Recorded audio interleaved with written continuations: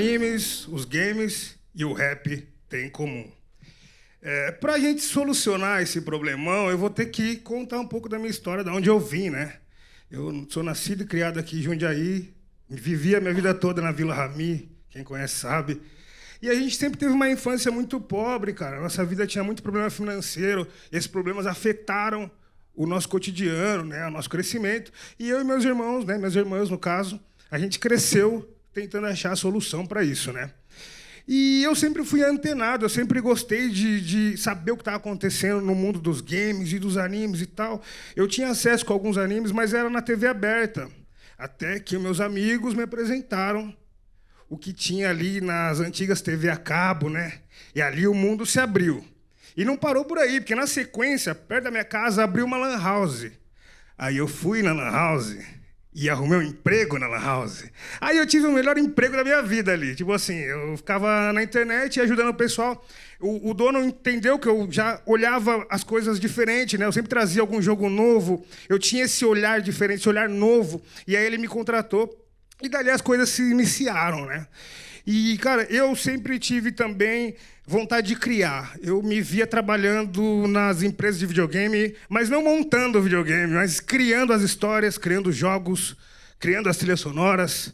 Esse sempre foi meu sonho. Aí eu fui crescendo, entrei na música, né? Comecei a trabalhar com rap, as coisas foram mudando. Aí o meu eu criança chegou para me ajudar nessa fase. Foi muito interessante isso, porque ele começou a trazer as coisas que eu gostava dessa época. E esse foi o diferencial, porque eu consegui misturar isso daí com o que eu estava fazendo agora na minha fase adulta. Foi o diferencial porque, no meio do cenário, assim, da música, e acho que em diversas áreas, para você se destacar, você tem que trazer algo diferente, tem que agregar com a sociedade, né, primeiramente. E aí, isso foi meu diferencial, porque eu tinha o conhecimento daquela época, aquele conhecimento guardado lá no baú da infância. E aí eu peguei aquele conhecimento e comecei a misturar com o meu rap. Por exemplo, eu tinha alguns jogos que eu gostava muito, aí eu pegava a trilha sonora, né?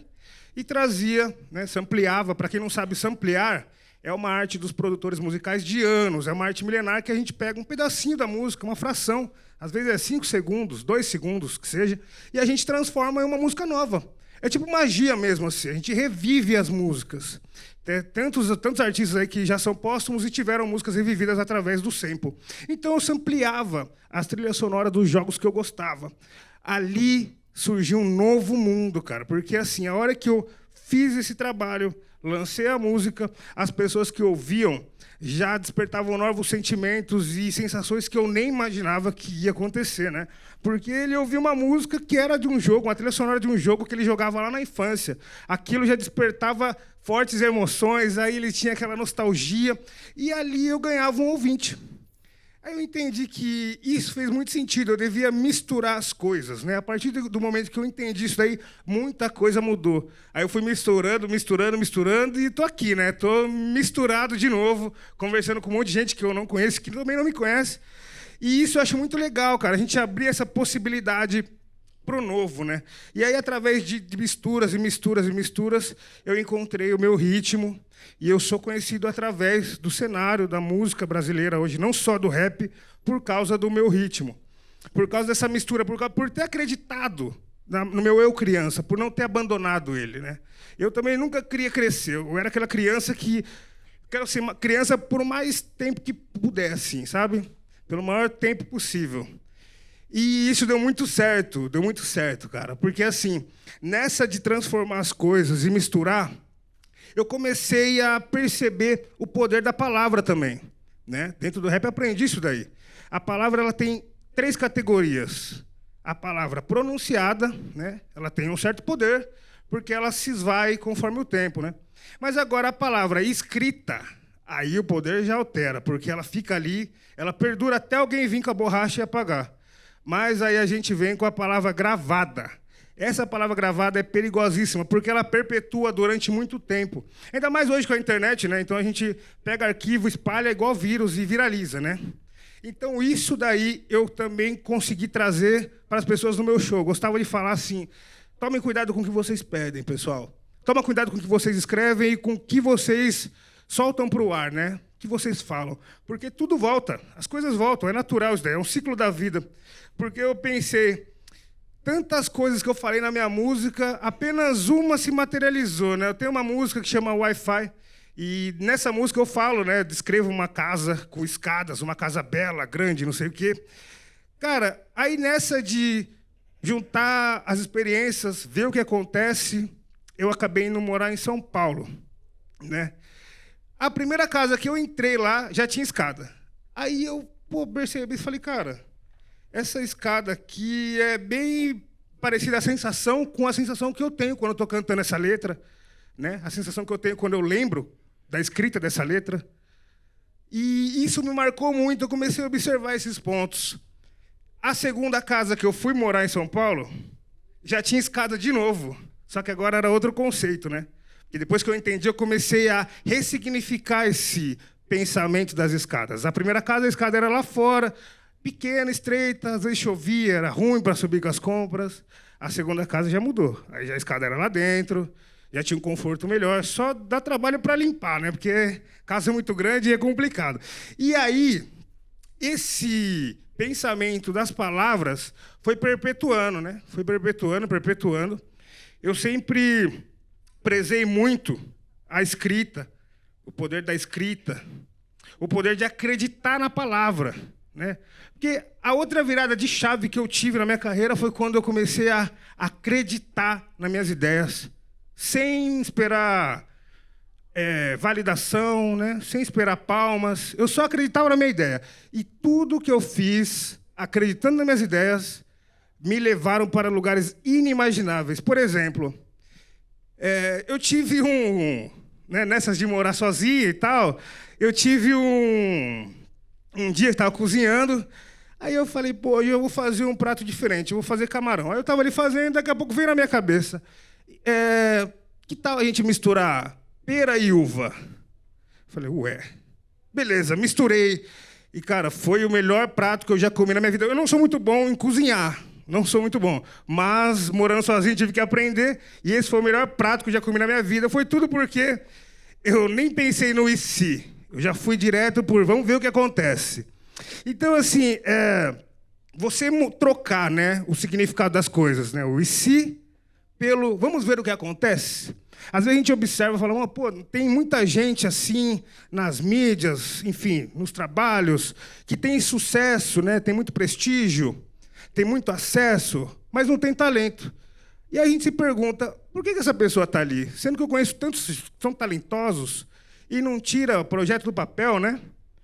E aí eu cheguei na resposta que o que diferencia a pessoa que alcança o objetivo da pessoa que não alcança o objetivo, muitas das vezes é trocar o e se e ver o que acontece, né? De você levantar e se movimentar. Na música eu aprendi que quando você se movimenta, o mundo se movimenta também, e tudo pode acontecer. E aprendi também a sonhar, que foi o divisor de águas assim na minha vida, né? Aprender a sonhar. O sonhar não fabuloso, né? O sonhar, o ter objetivo, o acreditar no invisível, sabe? A gente nunca foi induzido a sonhar e eu perguntava por quê. Né? Um dia, assistindo um anime favorito, eu vi uma frase que me pegou muito, que ele falava assim, o sonho das pessoas nunca tem fim. E aí eu comecei a pensar essa parte do nunca tem fim.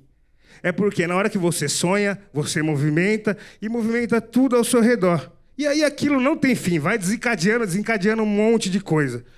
E só lá na frente a gente vai ver o que acontece. Nessas minhas andanças, nessas minhas misturas, né, eu cheguei a um ponto que eu comecei a esquecer o e se. Já não tem mais o e se no meu vocabulário. Era só, vamos ver o que acontece. Numa dessas, eu tenho uma parceira de negócio, né, uma empresa que faz eventos de anime, e a gente conversando, né, fazendo aquela relação de negócio, né, que vai um tempo. Aí eles me convidaram para assistir um show, né, de uma banda lá do Japão. E era um daqueles dias que estava chovendo, aí eu falei, nossa, eu não estou muito afim de ir, né, cara, mas vamos lá, vamos ver o que acontece. E, de novo, eu estava lá para ver o que acontece. Essa banda ela era sensacional, estava ali no show, estava assistindo e maravilhado com tudo, né? Aí eu fui saber mais sobre a banda, porque eu não conhecia, né, a banda a princípio. Eu fui lá para ver o que era. Essa banda já tinha feito a abertura de 2 animes assim muito populares. Então os animes quando ficam populares, tudo ali cresce, né? O que tiver envolvido cresce. É igual a novela. Se uma novela estoura, o artista que fez a trilha sonora vai crescer também, a música que está na trilha sonora vai crescer também. Então, essa é a lógica. E ali eu estava assistindo o show deles, maravilhado, e calculando as coisas já na minha cabeça. O que será que acontece se a gente fizesse uma música juntos? Sabe? Eu pensando, né? Devaneando, pensando assim, que seria maravilhoso se eles me dessem 5 minutos de atenção ali para a gente conversar e se conhecer, começar a trocar, para depois talvez fazer uma música, né? E tinha barreira linguística. Essa é uma barreira que eu já estava preparado para ela, porque eu já vinha estudando japonês também há um tempo. Mas, mesmo assim, é difícil a comunicação com o japonês nativo. Aí eu parei e pensei, falei, cara, eu vou analisar esse show, vou chegar em casa e vou procurar um membro mais ativo da banda e vou mandar mensagem para ele para ver o que ele me responde, né? Os caras são popstars, eles são gigantescos lá no Japão, né? Não só no Japão, mas no mundo, né? Porque o anime, quando sai no Japão, estoura no Japão, ele é reconhecido no mundo inteiro. Aí eu mandei mensagem para ele e automaticamente ele já me respondeu. Eu fiquei de cara, assim, fiquei muito impressionado. Peguei e falei, vamos começar o diálogo, né? Vamos começar a fazer essa troca, contar para ele como que é aqui no Brasil, pegar as experiências dele de lá. Fomos trocando ideia. Chegou um momento que eu falei, agora vamos conversar sério, né? Vamos fazer uma música juntos? Falei para eles. Aí passou um tempo e falou, pô, manda seu trabalho aí, se a gente gostar, a gente vai e trabalha junto, por que não? E ali eu já fiquei, cara, olha isso. E era um daqueles dias que eu nem ia sair de casa, estava chovendo. Ia ficar assistindo anime também, comendo pizza, enfim. Mas, não, eu peguei, fui, troquei o IC para ver o que acontece, mandei mensagem, eles me responderam, a gente começou a conversar, eles gostaram da minha música, eles piraram assim, porque eu acho que o pessoal de fora, ele olha a música do Brasil de uma outra ótica, né? Ele já enxerga o Brasil através de um outro ponto. Então, quando conhece a música daqui, conhece a qualidade da música daqui, aí eles ficam apaixonados, assim. E foi o que aconteceu, né? Essa foi uma das minhas últimas aventuras, né, de ver o que acontece. E a gente gravou a música, né? A hora que eu vi que o bagulho estava sério mesmo é quando eu estava na reunião com 3 pessoas ali, né, japoneses, e falando em japonês, falando em inglês, falando em japonês, falando em inglês. Aí eu falei, nossa, agora o bagulho ficou sério, agora vai acontecer mesmo. E gravei a música, enviei. Esse relato aqui eu ainda não contei para muitas pessoas, né? Acho que talvez na minha vida tenha umas 4, 5 pessoas que sabem só, ainda não falei com a mídia. Eu decidi trazer para compartilhar com vocês essa história. E aconteceu, né? A música vai sair agora, vai sair não só a música, mas vai sair dentro do álbum deles, né? Que é um projeto muito grande, com muitas bandas assim que são fenômenos lá no Japão. E tem o jundiaiense ali no meio, sabe? Essa é a parte mais legal. Então, assim, se eu pudesse deixar uma ideia para cada um de vocês aqui, especialmente para as crianças também, né? Trocar o IC pelo vamos ver o que acontece. Eu acho que seria esse o grande ponto, né? Porque daí pode acontecer tudo, né? E uma outra passagem que eu queria deixar também é para a gente voltar a acreditar mais, né? Voltar a acreditar mais na gente, acreditar nos nossos planos e botar em prática. Porque o que diferencia, né, as pessoas que estão obtendo sucesso no que fazem é que elas levantam e vão lá e fazem, né? Acho que o entorno não tem controle, não tem como controlar, né? As outras partes ficam ao mando da vida. Mas é isso, eu queria também que a gente fosse embora hoje pensando por que não somos induzidos a sonhar, né? O porquê? É uma pergunta que a gente vai demorar talvez a vida inteira para responder, mas que começamos a pensar sobre ela a partir de hoje. E é isso, pessoal. Muito obrigado. Sou o Nil.